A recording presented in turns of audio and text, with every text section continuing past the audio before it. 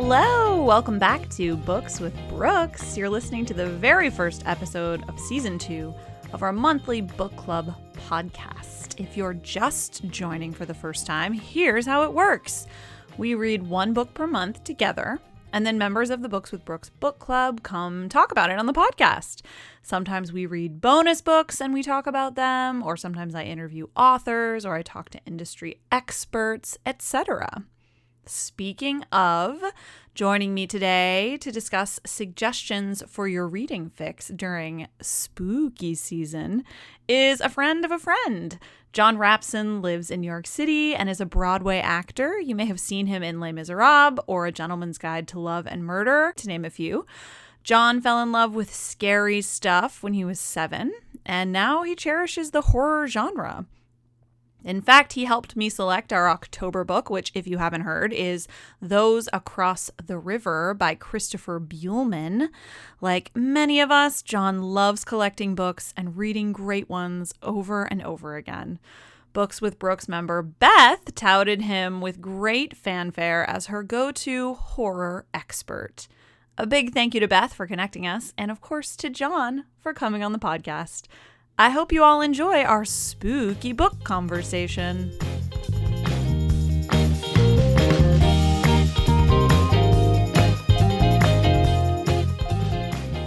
So, John, you sent us a bunch of book recommendations for October, so thank you so much for doing that. And I picked one of them. You are very welcome. I picked Those Across the River. What do you think about my pick? I think it's a great pick. I love this book. I think it does like so many things right. It like manages to be like kind of highbrow and literary when it's talking about it's like post World War I South. It's almost like William Faulkner kind of, and then it's also like super pulpy and like scary and violent and sexy and like all these. It's a nice combination of all those things, and talks. It sort of proves that the genre has this super deep bench beyond a Stephen King or Neil Gaiman or somebody like that, because I think that this book sort of like would live comfortably with their stuff. I'm crazy about it, and I think it's a good pick, and I hope everybody enjoys it. Me too. I actually just started it this weekend. I'm only on page 46. Okay. But so far so good.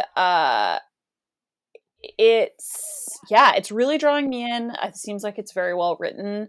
I had to look back really early and see when it was published, because there's some language in there that I find surprising for a book published in 2011, specifically racial language. Yeah. And you get that a lot with Stephen King books too, and I assume the argument is because it's set in 1937, so they're using language that would have been appropriate for the time. It was funny. I was like, as soon as Beth told me that you picked it, I was like, okay, try and search my brain. What in that would be problematic? Because as we know, for very good reasons, in my opinion, everything is kind of aging in dog years right now. And I think that in this genre, it is very much the case. And I am well aware that this is a pick from a white guy, a book written by a white guy about Depression era South, and so immediately I was like, there's probably some tough stuff in there.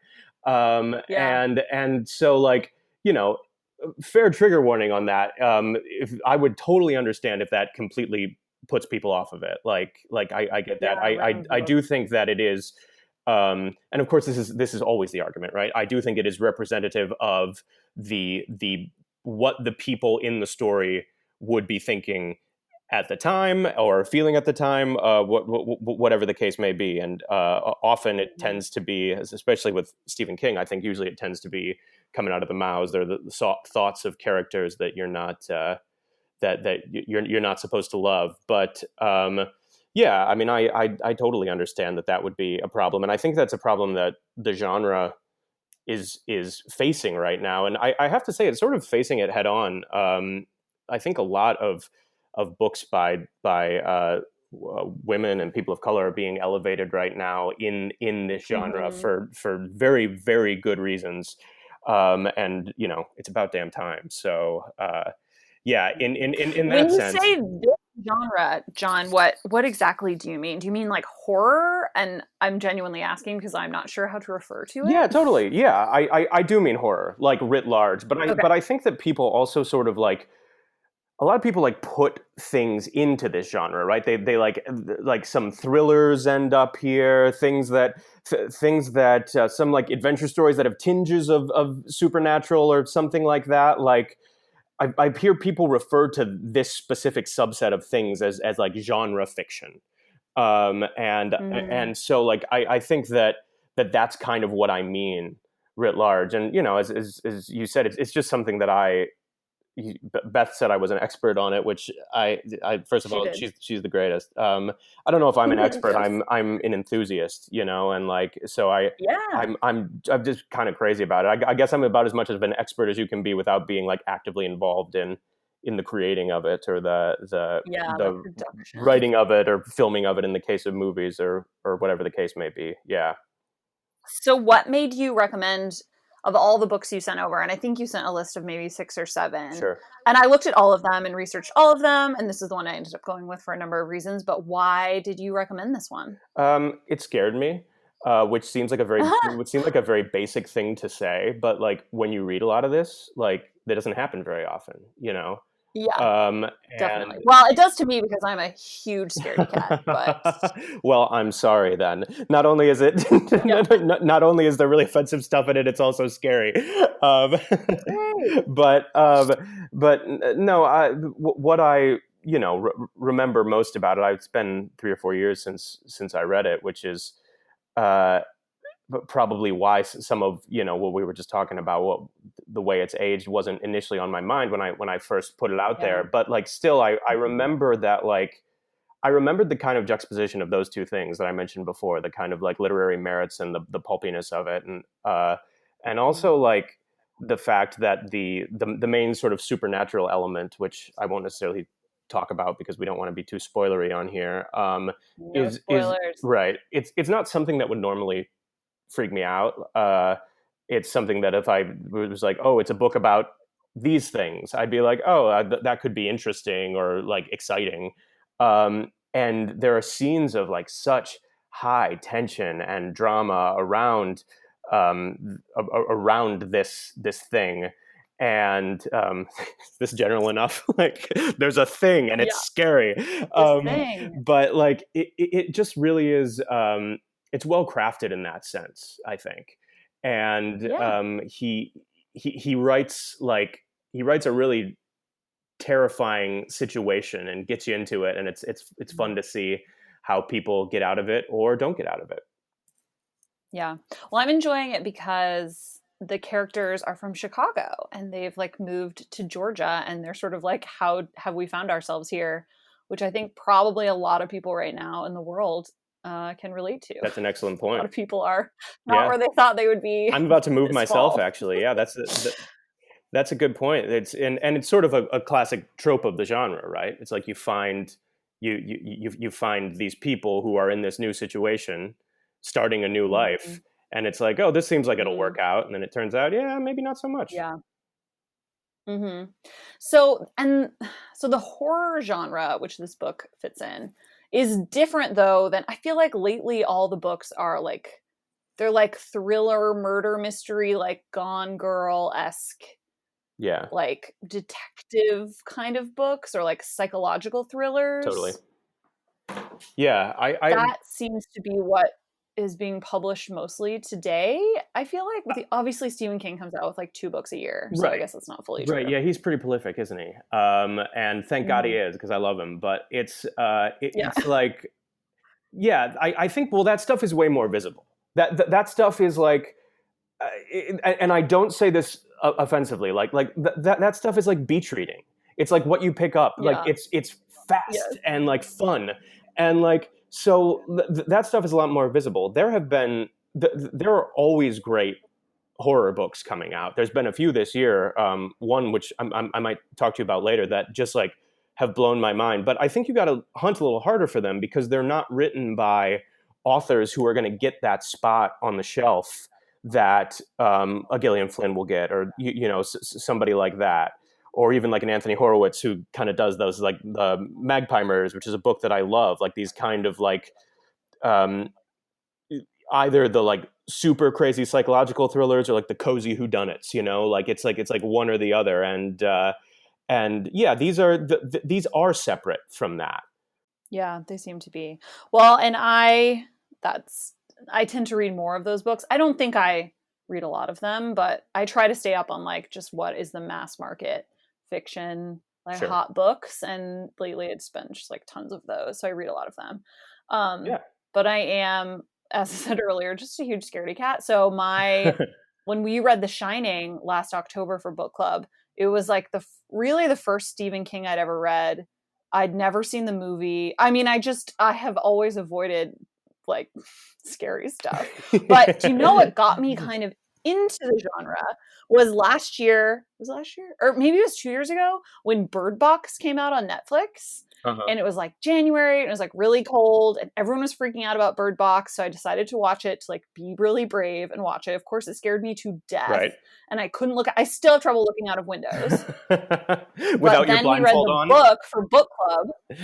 Yes. Yes. Yeah. So, and then it was kind of fun. Like I experienced for the first time that like sort of thrill of being scared, and like kind of liking it. And I really hadn't had that happen before. So I think I'm much more open to it now. I don't know if I've gotten braver or if I'm just older. But yeah, so Bird Box and then The Shining are both like two that I've done recently that I think kind of changed my perspective for me. But I want to hear about how you got into it. Like, have you been reading horror books since you were a kid? Do you also watch the movies? Yeah, I mean, both. But just to comment on what you said, like I mean, The Shining is one of the great. I think The Shining is like one of the great popular novels, like writ large, like let alone like one of the great horror novels. I love it. And Bird Box, which I thought was a fine movie, is a phenomenal book. And I have been recommending to people who were like crazy about that movie, or who were sharing the memes of, you know, of everything about Bird Box, like read it. Like it is so much better on the page. Actually this year. Yeah, it is. It really, really is. Yeah. He came out with a sequel this year called Mallory. That I read. Yeah, have you read it? Yeah, I liked it. I didn't like it as much as the first one, but like it kind of is. You know what it feels like? It feels like he had the whole story, and they were like, maybe there'll be a sequel. Just publish the first 2/3. And so they're finally publishing that final bit. But I was like super into it. I thought it was really good.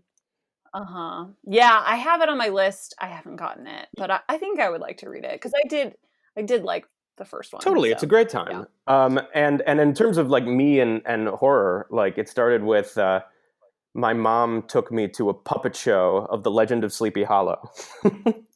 That was my inaugural experience when I was 6 or 7, and I fell in love. Like that's still my favorite book. It's my favorite story. My mind was blown. Like I didn't understand how I was watching this like kind of funny, sweet, cute story, and then at the end, like a headless demon like chases the main character out of town. I was like, what is this? Yes. I was obsessed with it, and I still am. I collect versions of the book. It's super nerdy, I know, but I have like 200 some. It is. Whoa! Dang. Yeah. Hey, it's JD from the Hyman Podcast. Using a narrative storytelling approach, the Hyman Podcast was created to start conversations that need to be human.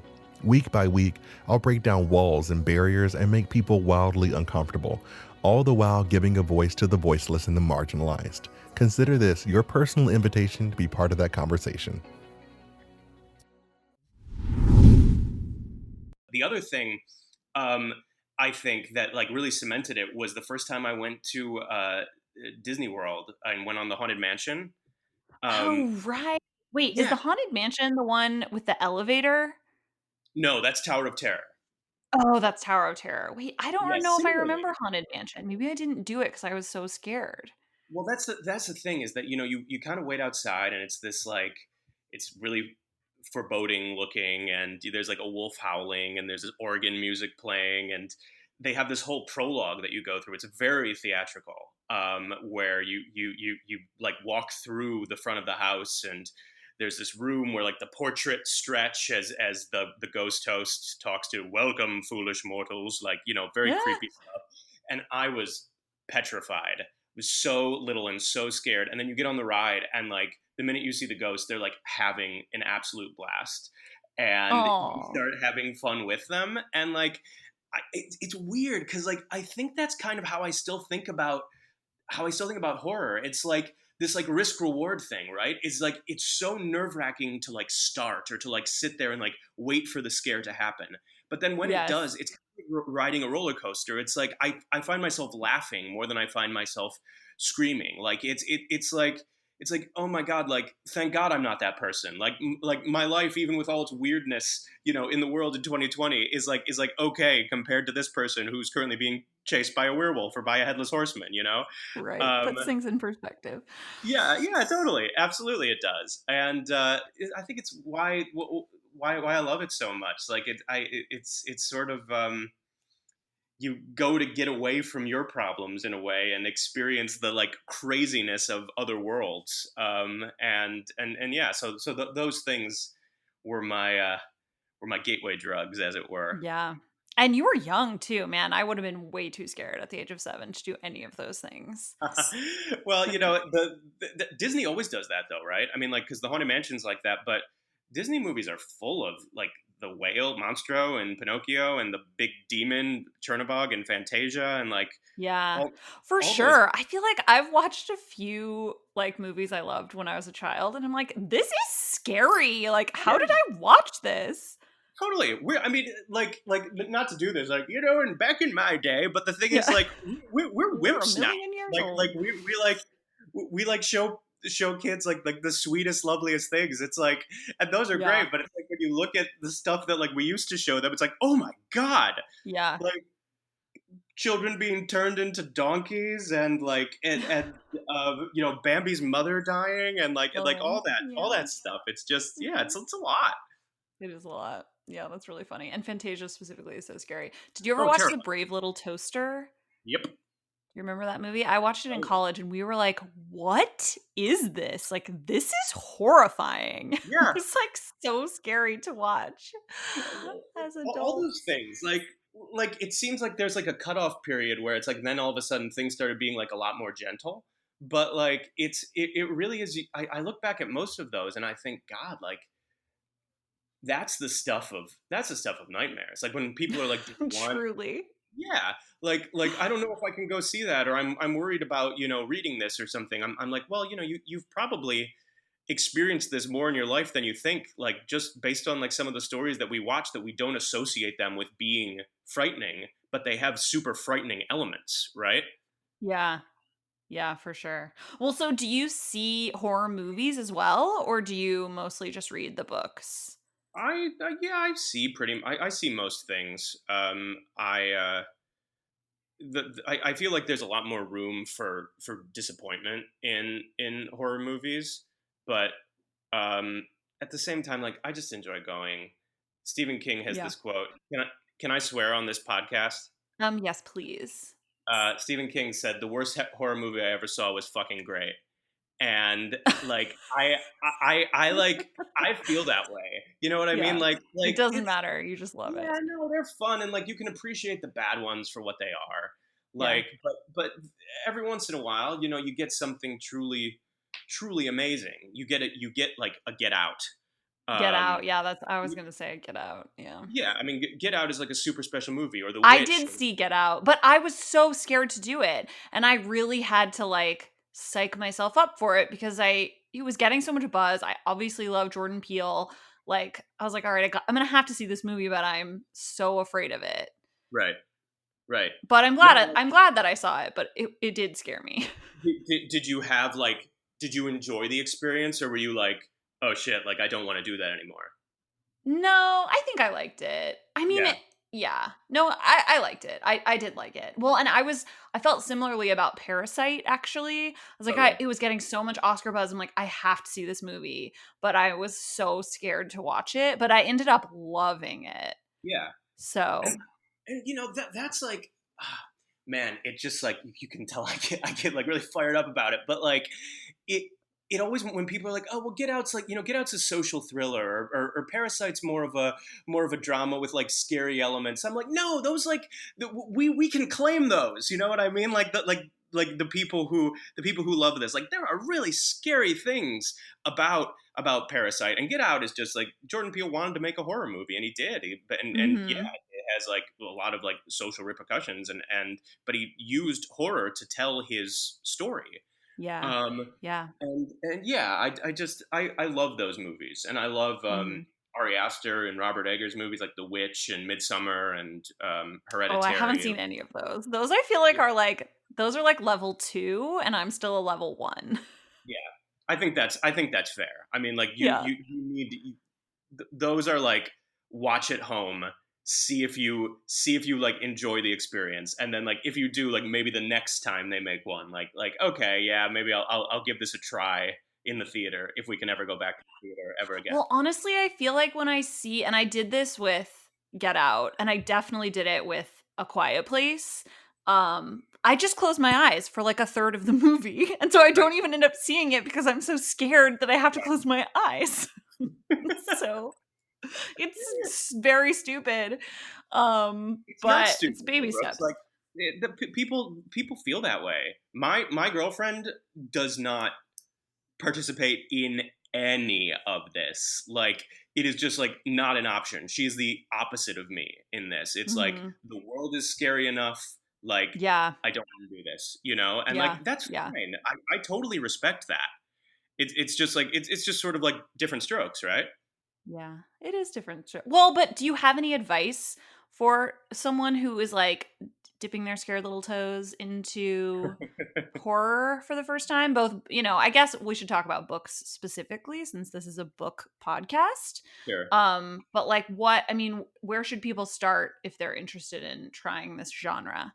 Well, I think it goes back to like what I was sort of saying about like the Disney movies, almost, that like you've experienced this before. It's just whether or not you've experienced something that's focused on it, right? But like, Mm, I'd argue that like if you read or watch A Christmas Carol every year, like hmm. that's scary. That's a ghost Yeah, story. it's a ghost story.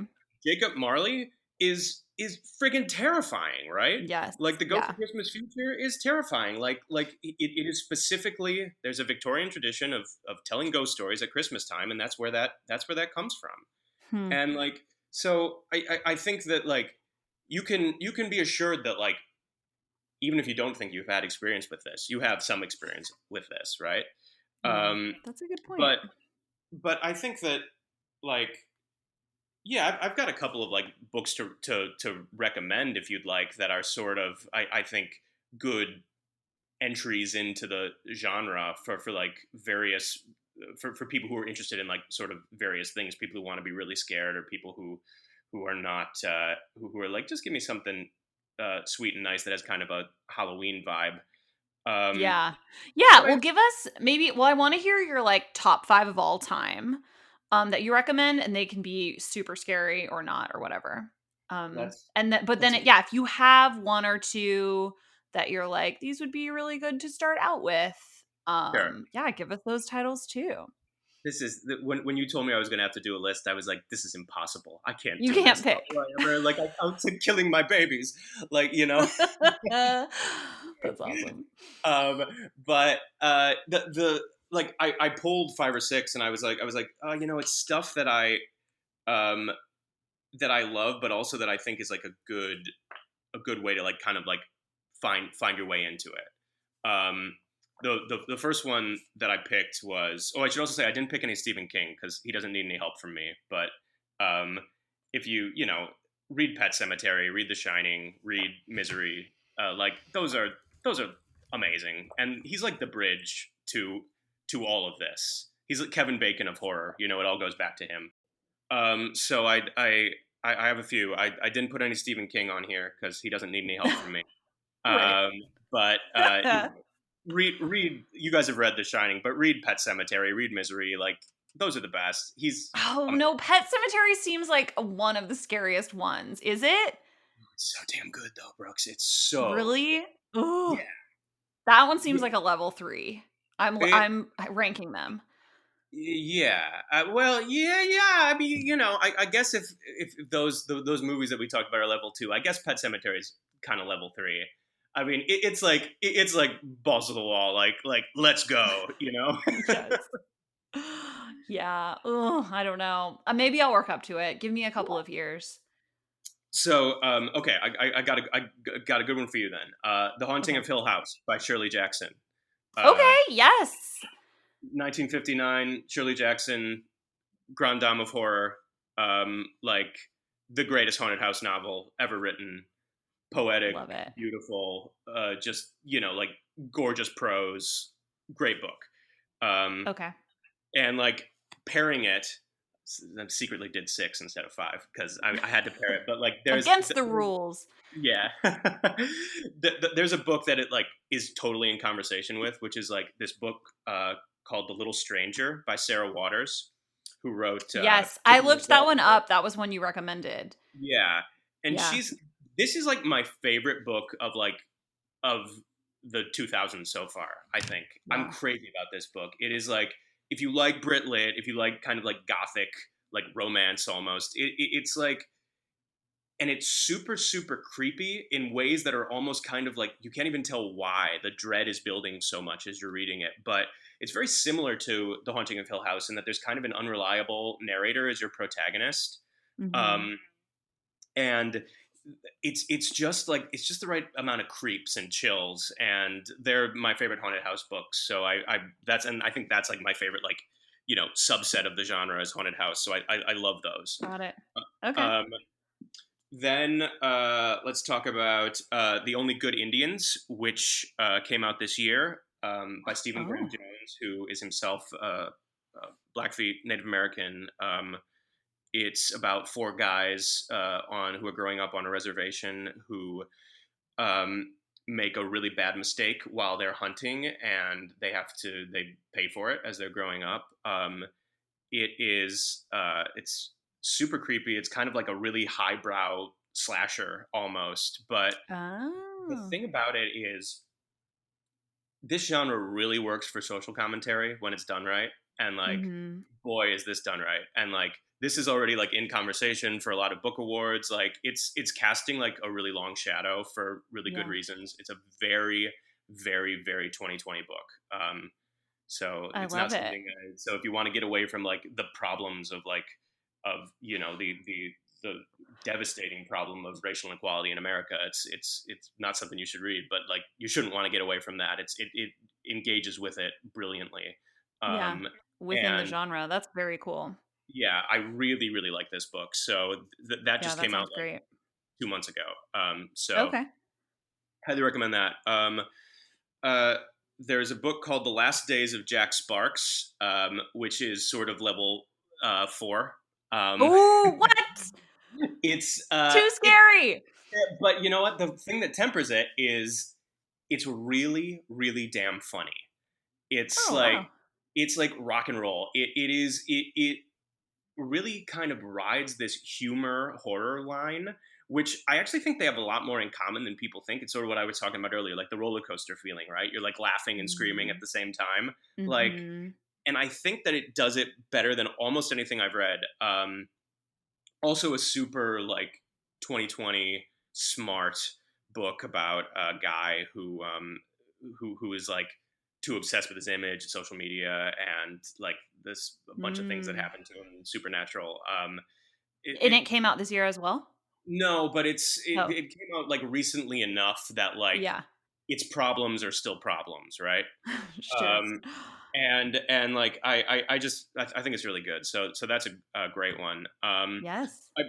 I pulled this one for people who I don't know. I don't know if any of your listeners, anybody in the podcast, is into graphic novels or anything like that. But We there haven't are done a graphic novel, but that would actually be really interesting. there's this really cool one called Uzumaki, which is by this Japanese manga artist Junji Ito. Mm-hmm. Um, it kind of deals with there's this whole subset of horror that's like cosmic, like H.P. Lovecraft, like Yeah. there are elder gods in the earth that are so terrifying that to even speak of them is like, that kind of crap. But this is like takes all of that and like puts it in this like Japanese island seaside town, and it's a manga, so it's like this like long graphic novel. That's just gorgeously drawn and so creepy, like nightmare fuel stuff. But again, like ironic and kind of funny and interesting, and fun. So highly recommend. How do you spell that one? Uzumaki. Okay. Yeah. And that's also like, that's a pretty high level, this one too. Yeah. There's some gross stuff. Got but it. yeah, but it's good times. And then like a really gentle one that I love that probably doesn't need any help from me because I know a lot of people have read it, but there's Neil Gaiman's The Graveyard Book.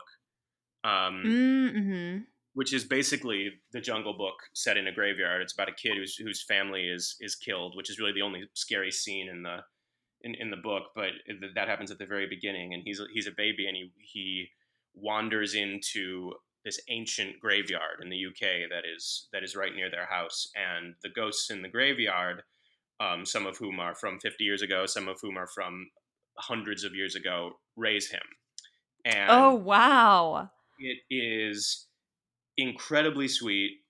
It's so moving that if I talk about it too much, I will start to cry. No, that one sounds so interesting to me, actually. That's what a fascinating premise. I love it. It's great. It's kind of, and it's like, in terms of like Halloween reads, it's a mug of hot cider next to a bonfire. You know what I mean? Like, give me that. It is 100% that. Like, yes, as much as The Legend of Sleepy Hollow, which is saying something coming from me. Seriously, high praise. Indeed. But I love it, and it's a beautiful book, and it's a book that like a whole family can read as long as the kids are in like middle school or high school. Like it's sure. Really it's a very, very special one. And that one's Neil Gaiman? Yep. Okay. Yeah. Wow. All of those sound very good. I love that they were all very different from each other. Great job picking like a very like diverse selection. Those all sound awesome. I don't know if I'm brave enough for a few of them, but that last one especially sounds great to me. Yeah, I bet you'd love it. It's really, really beautiful. And I just love the story and like the idea of like doing the Jungle Book in a graveyard. Like, I just think that's so clever. Yeah. Are you in a book club? I'm not. No, I sort of in an unofficial one. I kind of, have like a few friends who are interested in this, and we like trade things back and forth. Yeah. Well, that's good. Trade books and movies back and forth. But no, I should be. I should be in Books with Brookes. Book club? Well, you're an honorary Books with Brookes member. Well, thanks. We'll give you an honorary degree, just like they do when you speak at a graduation. So I'm honored. Welcome to the group. We're so pleased to have you. John, this was a sparkling conversation. I love learning more about a genre that is not typically my cup of tea. And this book club has, I think, for a lot of our members and for myself, really opened the door, and I've been reading books I would never have picked up normally. So it is super fun to have you recommend things and to speak so eloquently about them. So I really, really appreciate you coming on today. Well, you are so welcome, and it's so I could keep going for an hour. It's so nice to talk to you about it, and it's nice to talk to people who are curious about it, and I feel the same way about other genres that I'm not super familiar with. So this is great. I look forward to listening to the podcast and hearing more. Please do. And we'll be doing another episode towards the end of the month where we talk about Those Across the River. Cool. It'll be me and, I don't know, at least one member of the book club. So after we finish it, we'll talk about it. Nice. And we will be sure to give you a shout out then as well. Cool. Yeah. Well, thank you so much. Please go about your Sunday. Thank you. Thanks, my new friend. And happy spooky season. Happy spooky season. It's the most wonderful time of the year. So true. Okay, thank you, John.